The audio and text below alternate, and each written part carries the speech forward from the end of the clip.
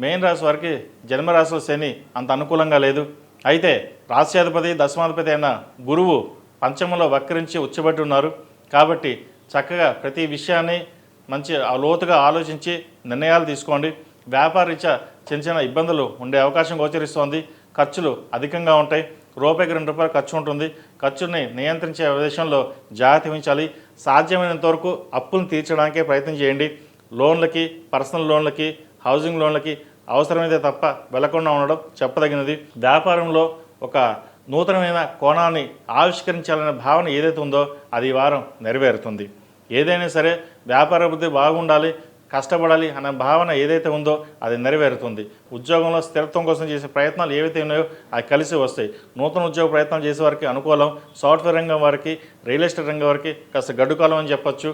భూ సంబంధించిన విషయ వ్యవహారాల మటుకి స్థిరాస్తుల విలువ పెరగడం, అది అమ్మి కొన్ని అప్పులు తీర్చాలనుకోవడం, వాటి విషయంలో కాస్త నిదానం ఉంటుంది.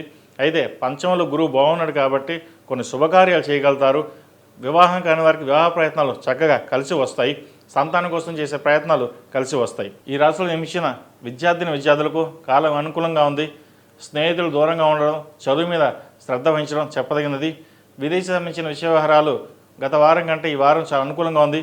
ప్రయత్నాలు ప్రారంభించవండి. ఇప్పుడు కనుక ప్రారంభించకపోతే కాస్త ఆలస్యం అవుతుంది. తర్వాత మనం ఏం చేసినా ప్రయోజనం ఉండదు. ఈ రాశిలో జన్మించిన స్త్రీలకు వృత్తి ఉద్యోగాల పరంగా, వ్యాపార పరంగా అంత అనుకూలంగా ఉన్నప్పటికీ చిన్న చిన్న డిస్టర్బెన్స్ అనేది ఏర్పడుతుంది. కోర్టు సంబంధించిన విషయ వ్యవహారాలు కాస్త ఇబ్బంది పడతాయి. ఏదైనా సరే మనం ముందుకు వెళ్ళాలి అనే మొండి పట్టుదల ఎక్కువగా ఉంటుంది. మొండి పట్టుదలను పక్కన పెట్టి సామరస్యంగా ఆలోచించుకుని ముందుకు వెళ్ళడం చెప్పదగినది. అదేవిధంగా సంతానం సంబంధించిన విషయ వ్యవహారాలు చక్కగా ఉన్నాయి. సంతానం కోసం ప్రయత్నాలు చేస్తున్న వారికి మంచి సంతానం కుదిరే అవకాశం గోచరిస్తుంది. శుభవార్తను వింటారు. ఏది ఏమైనా సరే ఉద్యోగరీత్యా చాలా అనుకూలంగా ఉండే. ప్రభుత్వ సంబంధించిన విషయ వ్యవహారాలు చాలా అంత అనుకూలంగా లేదు. మాట పట్టింపులు వచ్చే అవకాశం, లేదా ఉద్యోగం మానేసి ముందుకు వెళ్దాం, వేరే ఉద్యోగం చూసుకుందాం, ప్రభుత్వ ఉద్యోగం మానేసి ప్రైవేట్ ఉద్యోగంలోకి వెళ్దాం అన్న భావన కూడా ఏర్పడుతుంది. ఇటువంటి సమయంలోనే నిగ్రహంగా ఉండి సహనం, ఓర్పుతోటి ముందుకు వెళ్ళడం చెప్పదగింది. ఏదైనా సరే కాస్త ఓర్పుతో వ్యవహరిస్తే అన్ని మంచి ఫలితాలు ఉంటాయి. కోపతాపాలకు పోవడం వల్ల మనకే నష్టం తప్పితే కానీ ఎవరికి ఎటువంటి నష్టం ఉండదు. ఇటువంటి విషయంలో జాగ్రత్తలు తీసుకోండి. ఈ రాశి వారికి ఏలినాటి శని నడుస్తుంది కాబట్టి అఘోర పాశుపత హోమం చేయించడం చెప్పదగిన సూచన.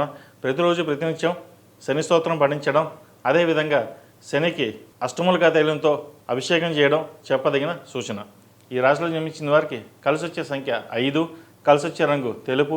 ఏదైనా పని మీద బయటకు వెళ్ళినప్పుడు గురువారం కానీ శుక్రవారం అడిగిన వెళ్ళండి. మంచి ఫలితాలు సంప్రాప్తిస్తాయి.